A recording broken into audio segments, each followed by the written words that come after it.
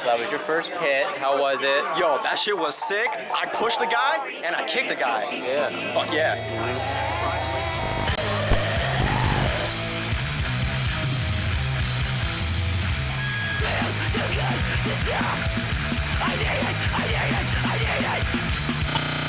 I'd like to say that it's thanks to my dad that I am the metalhead that I am today. That being said, my mom's side of the family thought it was weird that I liked such loud, violent music. And growing up, I thought that I was the only metalhead in both my family and my community. It wasn't until my third year of college that I had finally found what I was looking for. And it was in a laundromat in the heart of Columbus, Ohio. Dirty Dungarees is a laundromat, a bar, and a music venue, all in one building. And it is Columbus's central hive for all kinds of alternative music.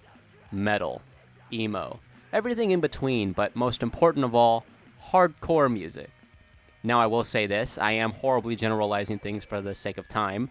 If I were to really list every kind of genre, every alternative piece of music that's played here, this documentary would be at least an hour long. So please trust me when I say that every kind of alternative genre and its subgenres has played here at least once.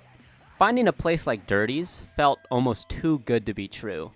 I had never found a group of people that had so many similar interests like me, love weird shit that I do, and once again, growing up, I just always thought I was the only metalhead, so I put myself in a headspace very early on where I just kind of regressed and never talked about who I was, my interests, and just wasn't overall proud of my metal identity.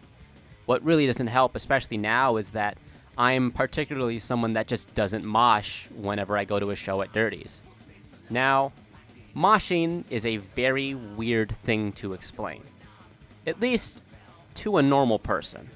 In the hardcore scene, it's different. Basically, it looks like karate. You're swinging, flailing your arms, you're going side to side to the pit, and you're swinging your legs into people. Yeah. You're intentionally hitting people, but you're not trying to injure them, if that makes any sense. Moshing, in my simplest way that I can put it, is the self-expression of fucking violence, bro. And no feelings, you know what I'm saying? Yeah. I can exercise, the sack a little bit, get cut check a little bit. Yeah. And no feelings involved. No feelings involved, you know what I'm saying? But, you know what I'm saying? That's how we do it, bro. I can fucking rock your ass accidentally. And no feelings involved. Yeah. In a way, moshing is just a very personal style of dancing for people of most alternative flavors.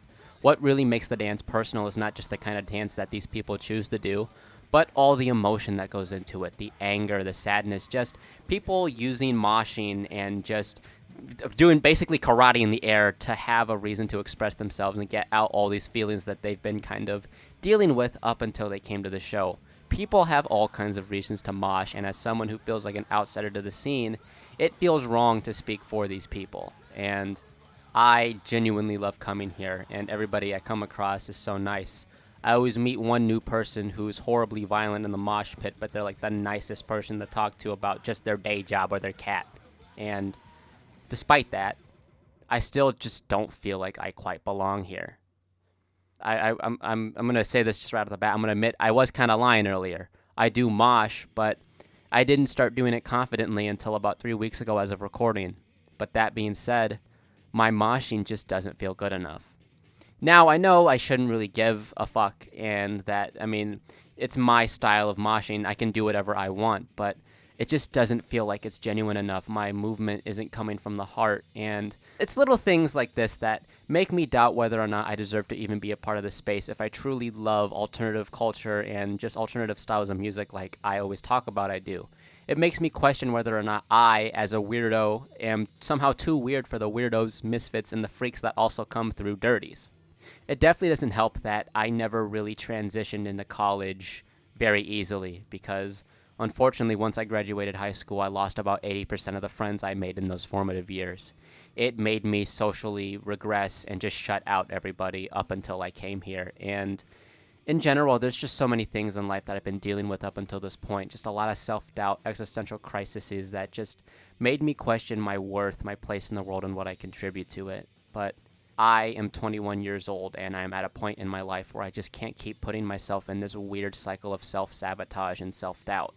no one should have to help me out of this pit except for myself, and I'm finally realizing and accepting that. Now, I will admit, I still do find it hard at times to be the one who starts conversations first. It's why I'm literally still very, very awkward in my classes as we speak.